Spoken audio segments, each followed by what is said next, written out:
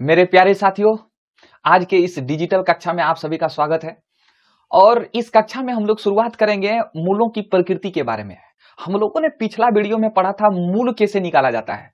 तो हमने 3 प्रोसेस देखा था। पहला प्रोसेस देखा था हम लोगों ने गुणनखंड विधि द्वारा, दूसरा द्विघात सूत्र द्वारा, तीसरा हमने पूर्ण वर्ग विधि द्वारा सीखा था बनाने के लिए। ठीक है, तो आज हम लोग मूलों की प्रकृति के बारे में चर्चा करेंगे। ये ससुरे मूलों की प्रकृति क्या होते हैं। तो सबसे पहले हम यहाँ क्या करेंगे, 3 गो कॉलम बनाएंगे। ठीक है, 3 गो कॉलम बनाएंगे और इसके बाद हम समझाएंगे। तो देखिए, हमने आपको बताया था विविक्तर निकालने के लिए विविक्तर बराबर क्या होता है, बी स्क्वायर माइनस 4ac।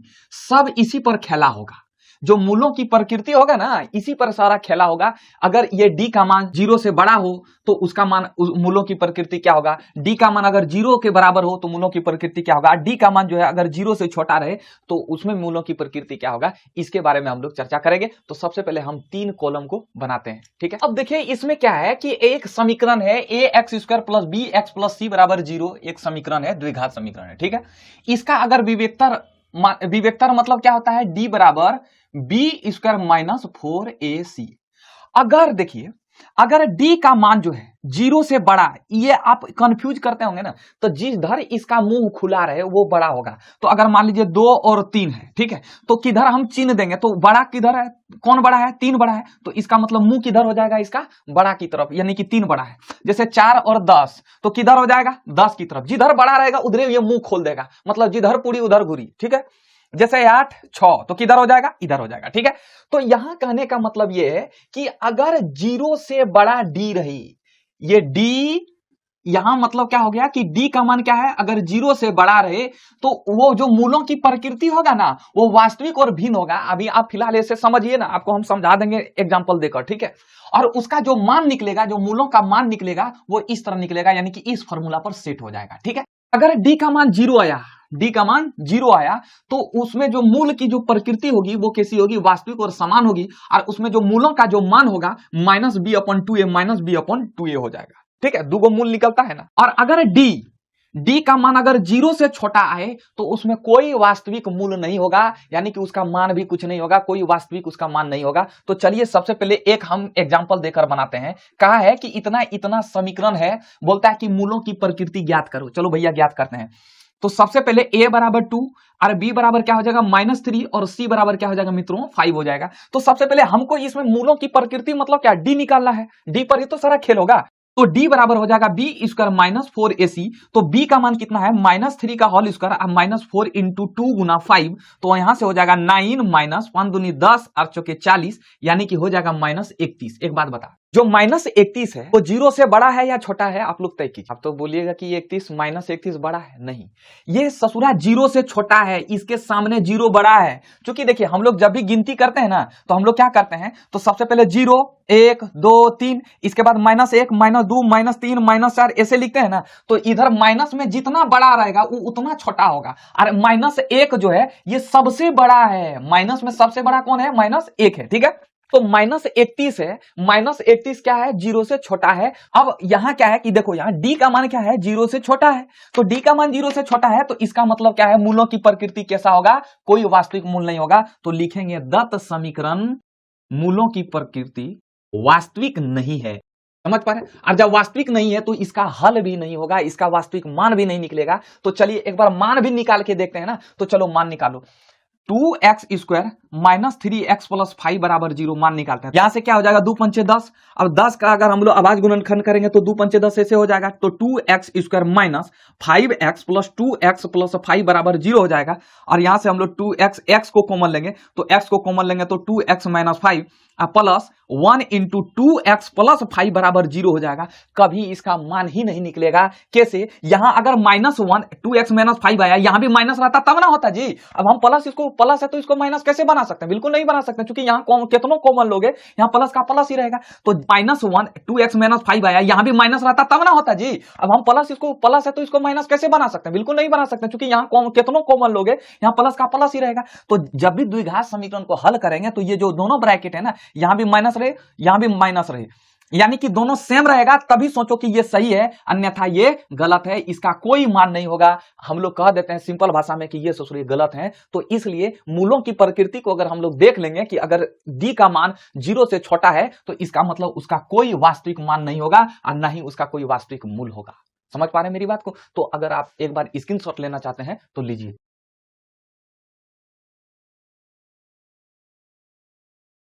देखिए प्रश्न क्या कहता है, कहता है कि निम्नलिखित द्विघात समीकरणों के मूलों की प्रकृति ज्ञात करें। अगर ससुरा मूलों का अस्तित्व है, अस्तित्व मतलब अगर मूल वास्तविक है तो बोलता है कि उन्हें ज्ञात करो। तो चलिए भैया ज्ञात करते हैं। मूलों का मतलब क्या हो जाता है, मूलों की प्रकृति का मतलब क्या हो जाता है मित्रों, विविक्तर ज्ञात करना है। क्या ज्ञात करना है, विविक्तर। तो विविक्तर ज्ञात करने के लिए a बराबर 2, b बराबर -6 और c बराबर क्या हो जाएगा 3। तो यहां से d बराबर हो जाएगा b का square -4 into a into c। हम डायरेक्ट लिख रहे हैं तो छछा के 36, यहां हो जाएगा 4 दूनी 8, 8 3 24, यानी कि 36 में 24 घट गया तो कितना हो गया मित्रों 12। ये 12 क्या है, 0 से बड़ा है। अर्थात हम क्या लिखेंगे कि d का मान जो है, d जो है 0 से बड़ा है। तो जब हमने बताया था कि जब d 0 से बड़ा रहे तो वो मूलों का मान क्या होगा, वास्तविक, वास्तविक होगा और साथ में क्या होगा, वो भिन्न होगा। वास्तविक और साथ में क्या होगा, भिन्न, मतलब अलग अलग होंगे। और d का मान अगर 0 के बराबर हो तो वो क्या होगा, वास्तविक होगा, और वास्तविक के साथ क्या होगा, समान होगा। अगर d का मान 0 से छोटा रहे तो उसका कोई हल नहीं होगा। हम यही बताए थे ना चाचा, इतने बताए थे, आपको याद होनी चाहिए, ठीक है। तो d का मान क्या है, 0 से बड़ा है, यानी कि दांतवा किधर है, d तरफ है, यानी कि d क्या है, बड़ा है 0 से। तो जब d बड़ा है तो मान कैसा होगा, वास्तविक होगा। तो चलिए वास्तविक है, तो वास्तविक है तो बोलता है कि मूलों के अस्तित्व है, यानी कि वास्तविक है या मूलों का अस्तित्व, वो बात बराबर है। और बोलता है उन्हें ज्ञात करो, यानी कि मूल को ज्ञात करना है। तो चलिए भैया ज्ञात करेंगे। तो हम लोग मूल को ज्ञात करने के लिए फॉर्मूला क्या लिखे थे, इसमें लिखे थे कि यहाँ d का मान जो है 0 से बड़ा है, तो इसमें याद कीजिए मूलों का मान कैसे निकलता था, -b plus -b square -4ac अपन 2a। इसमें मूलों का मान कैसे निकालेंगे, इस फॉर्मूला को लगाकर। तो यहां लिखेंगे -b plus -b square -4ac अपन क्या हो जाएगा मित्रों 2a। माइनस b के जगह पर कितना रखेंगे, b के जगह पर -6 प्लस माइनस फिर b के जगह पर -6 का स्क्वायर। अब हम देखो यार, हम डायरेक्ट b स्क्वायर -4ac का तो मान 12 है, तो हम यहां डायरेक्ट 12 लिख दें, किसी को कोई प्रॉब्लम कर, -4ac को d लिखते हैं यार, d का मान कितना आया है 12 आया है, तो हम डायरेक्ट 12 लिख दें। 2 गुना a के जगह पर कितना रखेंगे मित्रों 2, तो 6 प्लस माइनस √12 अपन क्या हो जाएगा 4 हो जाएगा, ठीक है। अब 6 एक बार लेंगे 6 प्लस √12 अपन 4, और एक बार लेंगे 6 माइनस √12 अपन 4, ठीक है।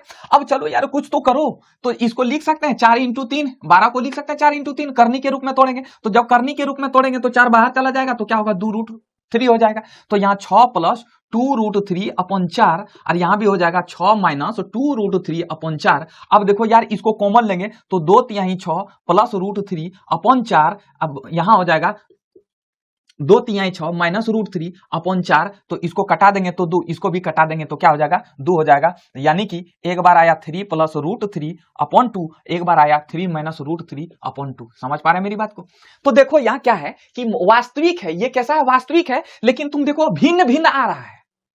तो पहले यहाँ क्या बोला है, वास्तविक है, वास्तविक है, लेकिन यहाँ कैसा है, भिन्न भिन्न आ रहा है, अलग अलग आ रहा है। यहाँ एक बार प्लस आ रहा है, एक बार माइनस आ रहा है, मतलब दोनों समान नहीं आएगा। समान तभी आएगा जब d का मान 0 हो, तभी वो वास्तविक आएगा। ये वास्तविक संख्या है, वास्तविक के साथ वो कैसा होगा, समान होगा। तो चलिए ये इसका क्या हो जाएगा मित्रों, ये हो जाएगा इसका आंसर। समझ पा रहे? अब चलिए इसको हम लोग बनाते हैं। अच्छा इसमें और भी कुछ किया होगा तो क्या दिक्कत है, 3 इसको ऐसे भी लिख दिया होगा, 3 प्लस माइनस √3 अपन 2 ऐसे भी लिख दिया होगा, तो क्या दिक्कत है भाई, आप समझ लेना, ये भी आंसर लिख देंगे तो कोई दिक्कत नहीं है, ठीक है। अब देखो यार इसमें भी करना है, तो a बराबर 3, b बराबर -4√3 और c बराबर क्या हो जाएगा मित्रों 4। तो यहां से d का मान हो जाएगा b का स्क्वायर -4 इंटू a इंटू सी, तो यहां हो जाएगा 4 चौके 16 तिहाई 48, अब माइनस 4 चौके 16 तिहाई 48 हो जाएगा, यहाँ क्या हो जाएगा 0। यानी कि देखो अब यहाँ d का मान कितना आ गया मित्रों 0। अब जब d का मान 0 आ गया तो इसका मतलब क्या है, दत्त समीकरण, दत्त समीकरण मतलब दिया हुआ समीकरण की प्रकृति वास्तविक व समान है। तो जब वास्तविक और समान है मित्रों, तो हम तो इसको मूल हल करेंगे, किसी भी विधि द्वारा मूल को ज्ञात करेंगे, चाहे पूर्ण वर्ग विधि द्वारा ज्ञात करो, चाहे आप द्विघात सूत्र द्वारा ज्ञात करो, चाहे आप गुणनखंड विधि द्वारा ज्ञात करो। लेकिन यहां कहा कि अगर देखो, अगर मूलों की प्रकृति वास्तविक और समान आ जाए तो एकदम सिंपल सा फॉर्मूला है, जो इसका जो मान आएगा ना, मूलों का मान आएगा वो समान आएगा, यानी कि x का मान क्या आएगा -b/2a। अभी हम पिछला स्लाइड में लिखे थे कि मूलों की प्रकृति का मान अगर d बराबर 0 हो तो उसका मान आएगा -b/2a और -b/2a, यानी कि समान आएगा दोनों। तो देखो -b के जगह पर कितना रखेंगे मित्रों, एकदम simple Baba, simple. Upon 2 a के जगह पर कितना रखेंगे 3, फिर -4√3/6 डायरेक्ट, अरे ससुरा यहां हो जाएगा ना, तो 4√3 अपन 2 × 3, और यहां भी हो जाएगा 4√3/6। यार इसको कटा दो तो 2 दूनी 4, या इसको भी रहने दो यार, 2 × 3 होगा तो यहां से कट जाएगा, तो 2√3/3, यहां भी हो जाएगा 2 × 3, इसको भी कटा देंगे तो 2√3/3 हो जाएगा। इसके बाद हम लोग क्या करेंगे, इसका परिमेयकरण करेंगे, तो 2√3 अपन ये 3 को लिख सकते हैं, √3 गुना √3 बराबर क्या हो जाएगा 2√3 अपन √3 गुना √3, 3 को √3 गुना √3 लिख सकते हैं, ये कट गया तो क्या बचा 2/√3। यहां भी वही हाल हो जाएगा, इसको ये भी कट जाएगा तो यहां भी हो जाएगा 2√3, यही हो जाएगा आंसर। तो देखो यहां मूलों का मान कैसा आया है, मूलों का मान समान आया है, दोनों मूलों का मान समान आया है। समझ पा रहे हैं मेरी बात को, समझे ये फंडा क्या बोल रहा है इसमें? तो एक बार इसका स्क्रीनशॉट लीजिए।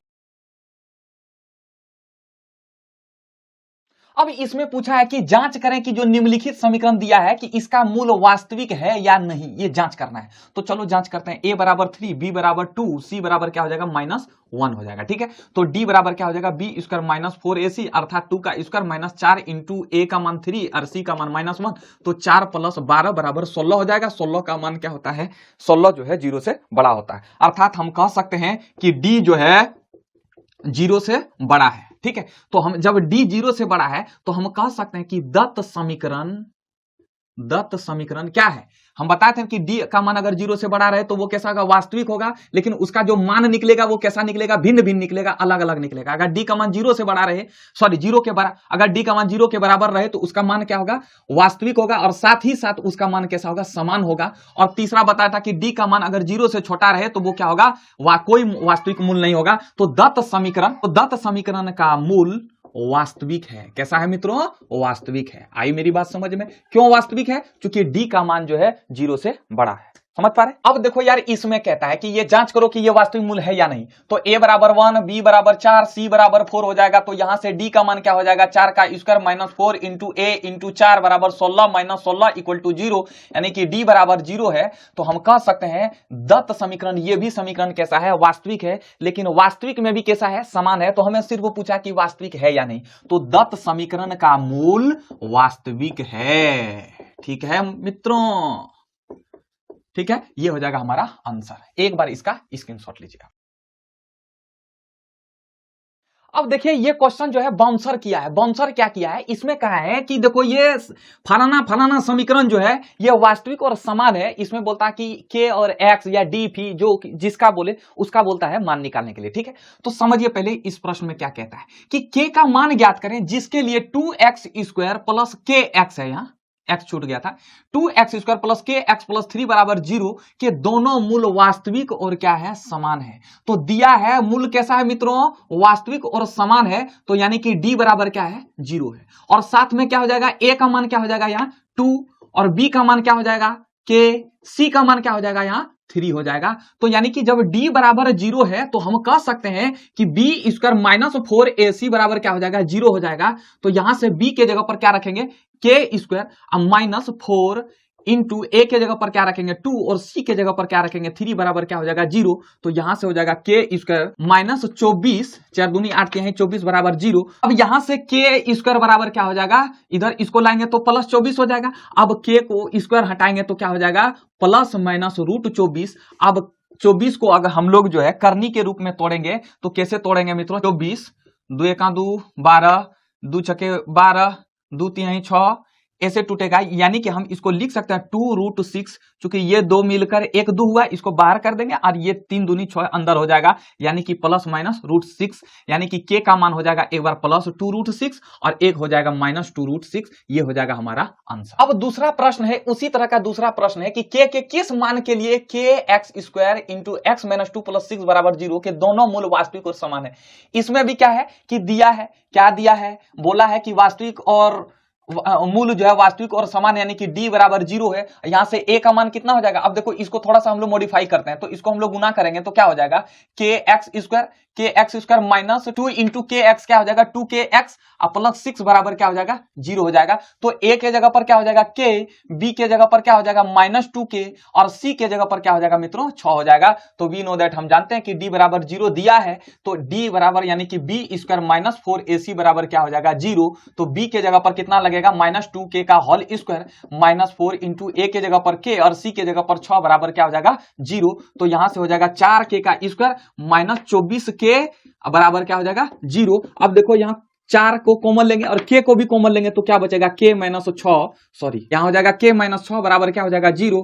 तो एक बार 4k बराबर 0 और एक बार हो जाएगा k माइनस 6 बराबर 0। तो यहाँ से k बराबर 0/4 डायरेक्ट 0 लिख देते हैं और यहाँ k बराबर क्या हो जाएगा 6। यहाँ से आंसर आपका 2 गो निकलेगा, एक बार k का मान 0, यानी कि यहाँ लिखना है इस तरह ब्रैकेट में दे के लिख दीजिएगा ना तो आपको नंबर देगा, ठीक है, बढ़िया नंबर देगा आपको। अगर 5 नंबर का रहेगा तो 10 नंबर का देगा, ठीक है। तो एक बार आप इसका स्क्रीनशॉट लीजिए।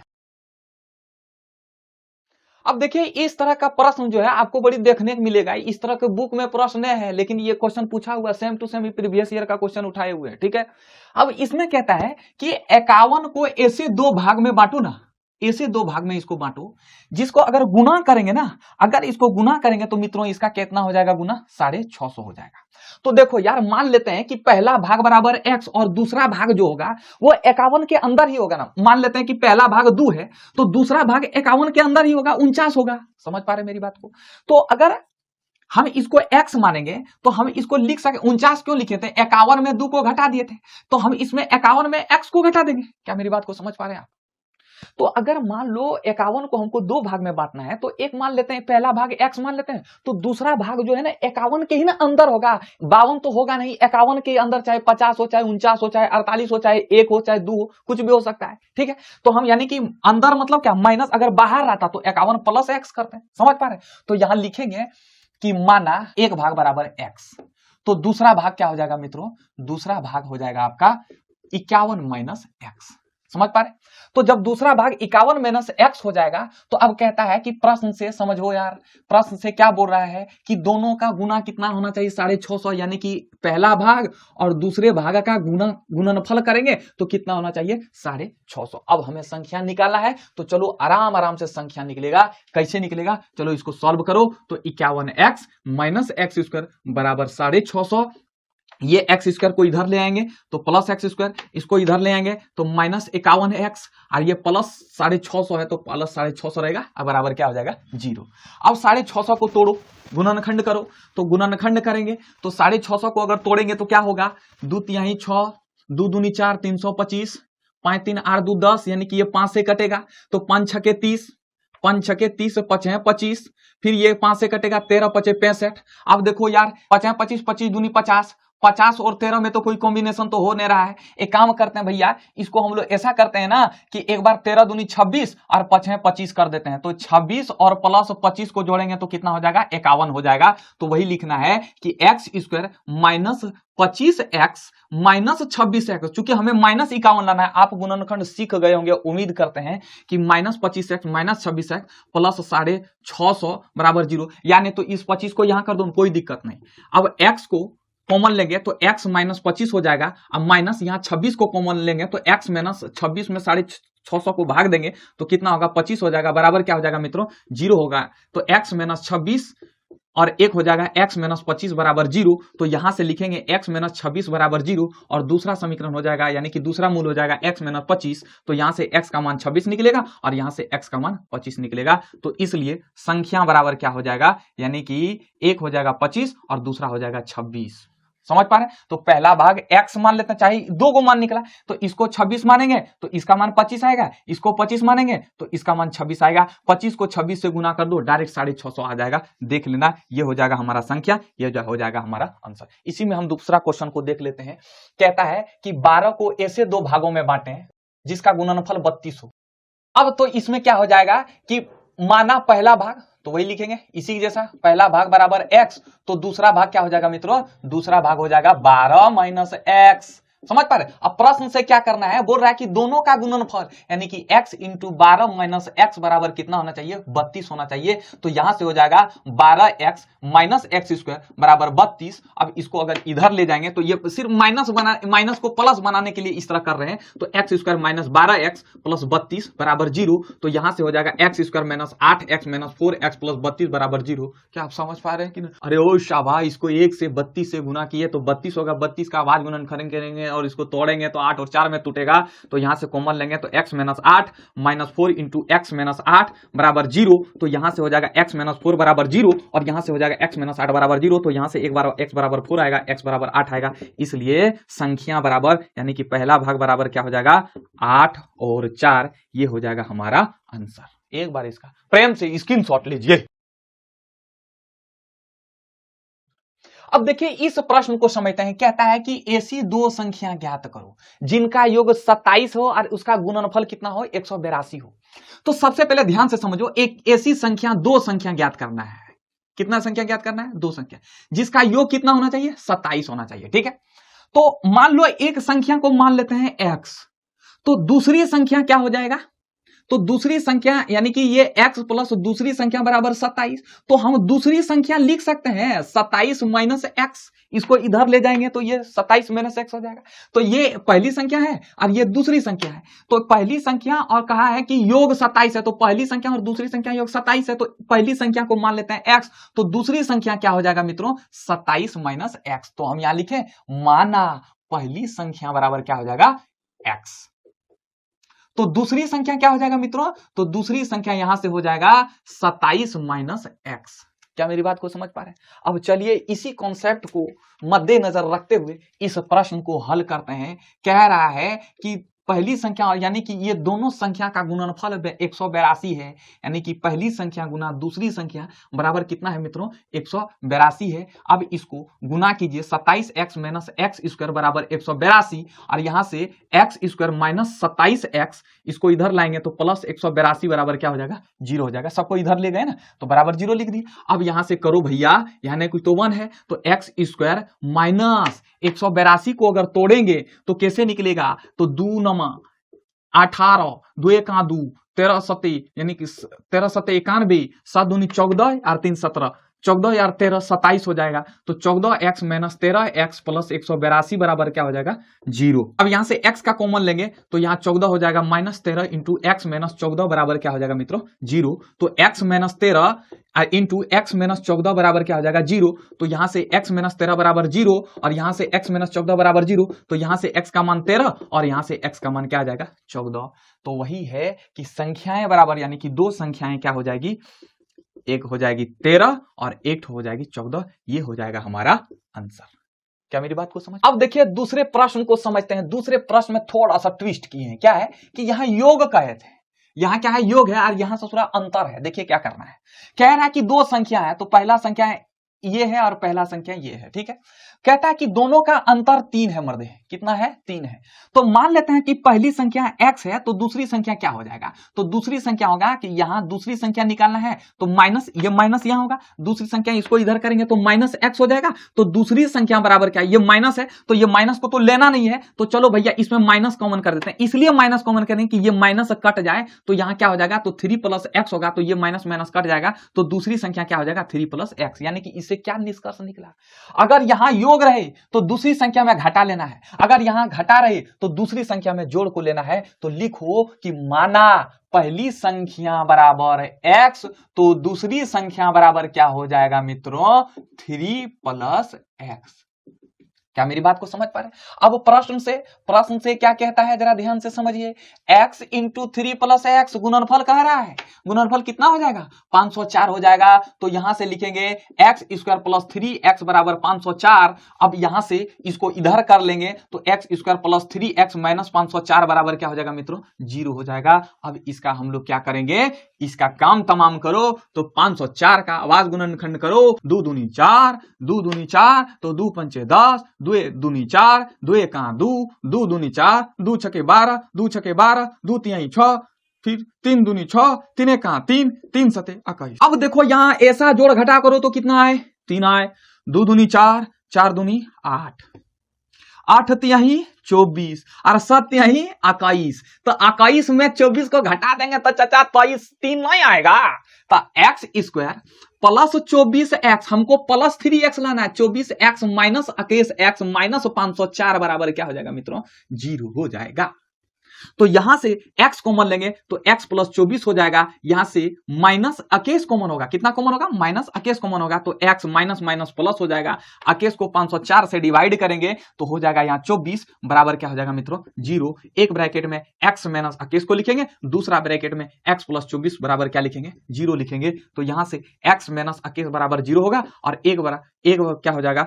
x प्लस 24 बराबर 0 होगा। तो यहां से x का मान 21 आएगा और यहां से x का मान माइनस 24 आएगा। अब देखो यहां से ट्विस्ट क्या करना है, हमको पहली संख्या निकालना है ना। तो पहली संख्या बराबर क्या है? x है। तो x का मान 21 और दूसरी संख्या बराबर क्या है मित्रों? तो दूसरी संख्या बराबर 3 प्लस x है। तो यानी कि 3 प्लस 21 बराबर क्या हो जाएगा? 24। यानी कि 2 आंसर आ जाएगा। अब बोलिएगा कि सर हेटा काहे ले लो, तो एक बार माइनस 24 को भी ले सकते हैं, या पहली संख्या, चलो मानो 2 मान निकला है तो 2 मान निकलेगा। तो पहली संख्या क्या है? पहली संख्या x है तो माइनस 24 आ जाएगा। फिर दूसरी संख्या क्या हो जाएगा? दूसरी संख्या क्या हो जाएगा? 3 प्लस माइनस 24। तो यहां से आ जाएगा 3 माइनस 24 बराबर क्या हो जाएगा? माइनस 21 आ जाएगा। यानी कि इसका आंसर 4 गो निकला। समझ पा रहे? तो ऐसे चूंकि x का मान 2 गो निकला, यहाँ x का मान प्लस प्लस में था तो कोई दिक्कत नहीं था। देखो ना मान रख के यार, x का मान अगर यहाँ 13 रखेंगे तो यहाँ 27 माइनस 13 हो जाएगा 14। यहाँ 14 रखेंगे तो यहाँ हो जाएगा 27 माइनस 14 बराबर 13। बात बराबर है। लेकिन एकराम क्या हुआ, एक बार माइनस आ गया तो चलो x का मान एक बार 21 रखेंगे तो बात बराबर है। 21 रखेंगे तो दूसरी संख्या क्या आ जाएगा? 24 आएगा। एक बार माइनस 24 रखेंगे तो दूसरी संख्या आ जाएगा माइनस 21। यानी कि इसमें x का मान 4 गो आएगा। समझ पा रहे? यानी कि पहली संख्या इसमें 2 गो आएगा और दूसरी संख्या भी 2 गो आएगा। ध्यान रखना है, जिसमें माइनस होगा ना तो उसमें 2 गो आंसर लेना है। समझ पा रहे? एक बार इसका स्क्रीनशॉट लीजिए। अब देखिए इसमें क्या कहता है कि 2 क्रमागत धनात्मक पूर्णांक है। क्रमागत मतलब होता है क्रम से। तो मान लो पहली संख्या अगर x है तो दूसरी संख्या x प्लस 1, तीसरी संख्या x प्लस 2, चौथी संख्या x प्लस 3। समझ पा रहे मेरी बात को? तो उसी तरह क्रमागत लेना। क्रमागत मतलब होता है लगातार। तो माना पहली पूर्णांक बराबर क्या हो जाएगा? पहली पूर्णांक बराबर हो जाएगा आपका x। तो दूसरी पूर्णांक क्या हो जाएगा? क्रमागत लेना है। किस तरह लेना है? लगातार लेना है। तो x प्लस 1 हो जाएगा। कहता है कि दोनों का गुणनफल कितना है मित्रों? 306 है। यानी कि x इंटू एक्स प्लस 1 बराबर 306 है। तो यहां से x square plus x minus 306 बराबर 0 हो जाएगा। 306 को अगर तोड़ेंगे तो यहां से आएगा 15 3, 3 पचे 15, 3 का 3, यहां से 17 तिहाई 51, 3 तिहाई 9, 9 दूनी 18, 18 x माइनस 17 x माइनस 306 बराबर क्या हो जाएगा मित्रों? 0 हो जाएगा। तो x into x plus 18 minus 17 into x plus 18 बराबर 0। तो x minus 17 into x plus 18 बराबर 0। तो यहां से x माइनस 17 बराबर 0 और यहां से हो जाएगा x प्लस 18 बराबर 0। तो यहां से x का मान 17 आ जाएगा और यहां से x का मान माइनस 18 आ जाएगा। तो हमसे क्या पूछा है? पूर्णांक पूछा है। तो पहली पूर्णांक क्या है मित्रों? तो पहली पूर्णांक x है। तो x का मान कितना है? एक बार 17 आया, एक बार माइनस 18 आया। और दूसरी पूर्णांक क्या हो जाएगा? तो दूसरी पूर्णांक हो जाएगा आपका x प्लस 1, यानी कि x प्लस 17 इक्वल टू 18। ये हो जाएगा आंसर। फिर यहां अगेन फिर पहली पूर्णांक क्या अभी लेना है? माइनस 18 है तो माइनस 18 लेना है। तो दूसरी पूर्णांक हो जाएगा आपका क्या हो जाएगा मित्रों? x प्लस 1 यानी कि -18 प्लस 1 बराबर -17, ये हो जाएगा हमारा दूगो आंसर। यहाँ क्या हो जाएगा, ये हो जाएगा x के जगह पर 17 प्लस 1, हम उल्टा करके लिख दिए थे, ठीक है।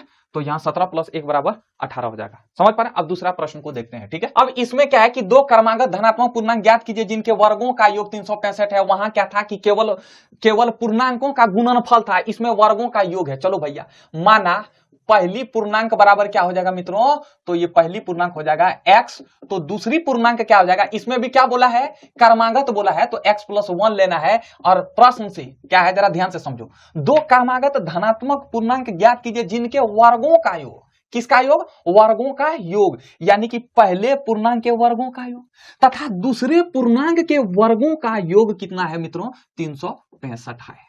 तो यहां से हो जाएगा एक्स स्क्वायर प्लस, इसको अगर करेंगे तोड़ेंगे तो x square plus 2x plus 1 बराबर 365। अरे ए प्लस बी का होल स्क्वायर करके तोड़े हैं तो A square plus 2ab plus B square, तो यहां से हो जाएगा X square 2x square plus 2x plus 1, इसको इधर करेंगे तो -365 बराबर 0 हो जाएगा। तो यहां से निकलेगा 2x square plus 2x minus 364 बराबर 0। अगर यहां हम 2 को कॉमन ले लेंगे तो x square plus x minus 2 का 2, 2 अठी 16, 2 दूनी 4 बराबर 0। तो यहां से x square plus x minus 182 बराबर क्या आ जाएगा मित्रों, 0 आ जाएगा। क्या मेरी बात को समझ पा रहे। अब यहां से एक को गुना करो, गुना करने के बाद 182 को अभाज्य गुणनखंड में तोड़ेंगे तो 2 9 18, 2 का 2, फिर यहाँ कितना से होगा 7 13 7 91, तो यहाँ 7 दूनी 14 और 13, तो एक्स स्क्वायर प्लस 14x और माइनस 13x माइनस 182 बराबर 0 हो जाएगा। x को कॉमन लेंगे तो x plus 14 minus 13 into x plus 14 बराबर 0 हो जाएगा। यहां से x माइनस 13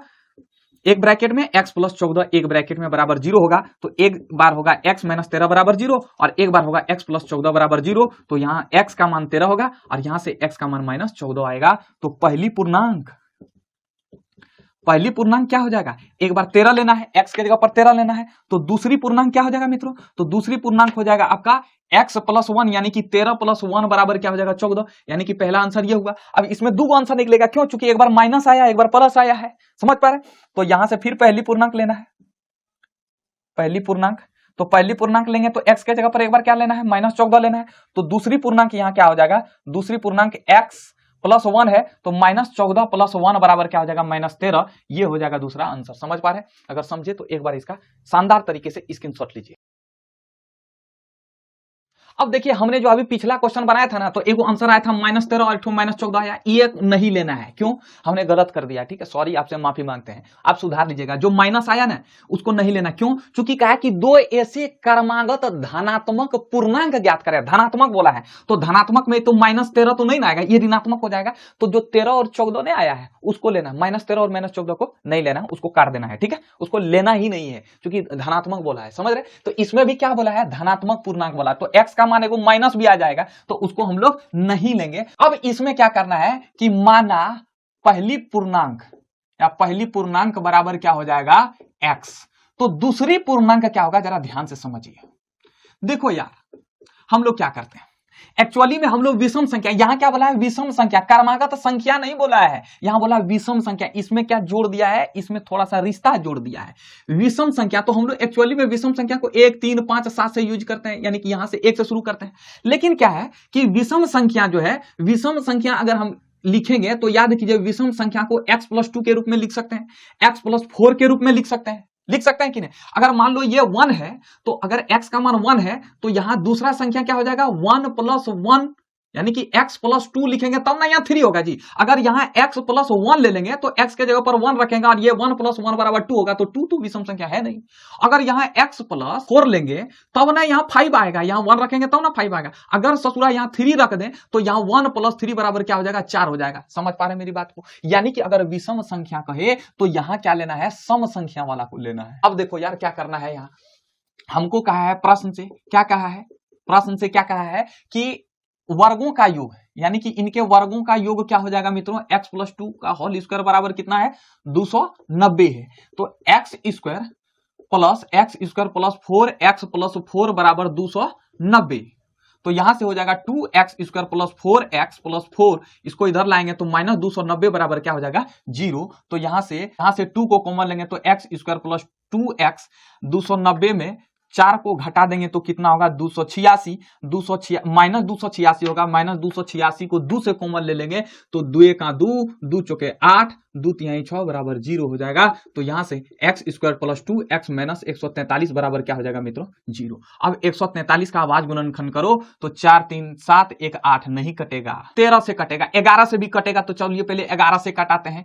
11 का 11, 11 का 11, यहाँ 3 बचा तो 11 तिहाई 33 यानी कि 11 इंटू 13 और इसमें घटा देंगे तो 2 आ रहा है। तो x square plus 13 x minus 11 x minus 143 बराबर 0 हो जाएगा। यहां से एक्स को कॉमन लेंगे तो x plus 13 minus 11 into x plus 13 बराबर 0 होगा। तो यहां से एक्स माइनस 11 बराबर 0 और यहां से एक्स प्लस 13 बराबर 0। यहां से एक्स का मान आ जाएगा 11 और यहां से एक्स का मान आ जाएगा माइनस 13। इसको नहीं लेना है क्योंकि हमसे पूछा है धनात्मक पूर्णांक।